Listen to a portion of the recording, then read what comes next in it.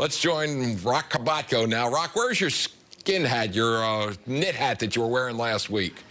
I should be. You know, I'm not a hat person anyway, but this is pure survival mode right now. I didn't worry about how I looked on TV. I'm just layering up. I've got so many pairs of pants on. My thighs don't know each other anymore. I'm finding creative places to put hand warmers. We're just here to try and survive the conditions today. Meanwhile, on my cab ride, I saw people jogging. They're getting ready for the marathon tomorrow, so obviously we're wimpy here in the press corps.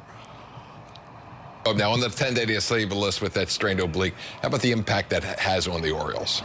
Yeah, I mean, it's disappointing. Obviously, Jonathan's so important to the club, and he's only missed 2 games the last 2 years, and he was really distraught after the injury. And the MRI did provide some good news in that it's a grade 1 strain, and apparently, I'm not a doctor, but I'm told there's 5 different grades. 1 is the better of the 5. And Jonathan actually told us today he thinks he could be ready within that 10-day period.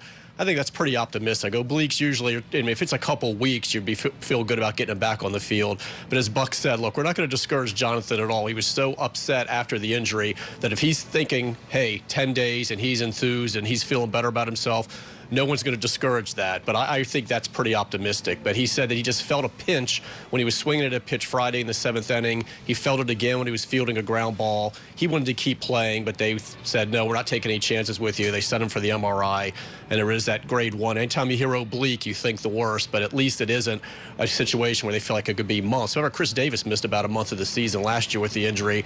They think they caught this one on time, but Jonathan, big part of this team, had just had back-to-back multi-hit games to kind of bust out of that slump, so the timing is pretty poor. Now, Roch, there were all kinds of rumors yesterday about David Hess, Hunter Harvey, and, of course, Orioles roster moves. Give us an update on roster moves and the latest on Hess and Hunter Harvey.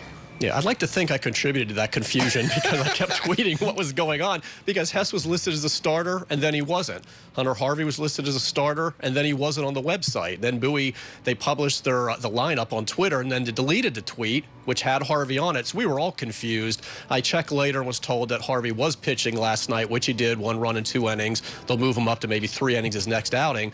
But Hess didn't pitch. And then I was told, well, no, he's probably going to pitch today. Turns out not at all. They scratched him from that start. They put him on a flight to Boston. He's here today. They optioned Donnie Hart. Hess would be making his major league debut if he does get in a game. He's only pitched 1 game in AAA, and that was his start back on April 8th against Gwinnett.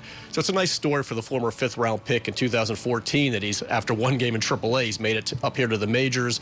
Hart, this isn't a punishment. He pitched really well, but it was back-to-back games. He wouldn't have been available today. He wouldn't have been available tomorrow, and they don't have as much of a need for a second lefty in the bullpen against the Tigers, who usually start 1 left-hander. With the Red Sox, they wanted that second lefty, so they're looking ahead at lineups. There are a lot of things that go into these decisions, and they just decided that, you know, with Donnie not being available anyway, the next 2 days, may as well send him out now. He did pitch really well. Get Hess up here, and we'll see how long that's going to last, because this is now 8 straight game days where they have made a roster move, not because they want to, but because they've been forced to with injuries and some of those short starts.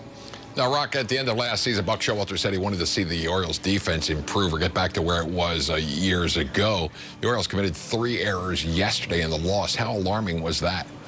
Yeah, I mean, it's obviously disappointing, though. You know, the 2 with Machado, I mean, you're talking throwing errors. On the one, it was a very routine ground ball, and he ended up bouncing a throw. And the other one, it was a throw home. It looked like it may have hit the runner. And then, of course, you had Valencia at third that mishandled a routine grounder. You know, there was going to be a risk involved. It seemed like a contradiction, at least on the surface, when you say we want to improve the defense, but we're going to take a platinum winner, glove winner, off of third base and move him to shortstop and put a guy at third who's made only 5 career starts there. Seems like a contradiction, but they felt like Beckham could handle it at third. Man, he really wanted to play short. It's his natural position, as we've been reminded over and over. Buck's like, we're not changing his position. We're putting him back to where he is most comfortable and where he wants to play and what he's used to. And there's been some mixed results. I've seen Beckham make some really good plays at third, and then there are a couple times where he's had some issues, and now, of course, he's got to go to second base where he's got more experience. But still, he's more of a shortstop, and you've got Denny Valencia at third, and that's not, you know, it's not ideal, but he is able to play it. He's got experience there at first, but he's not going to win a Gold Glove for you. And Manny, of course, still making that transition back to his original position. So there are good days and there are some not so good days, and I'm sure yesterday was one of those disappointments.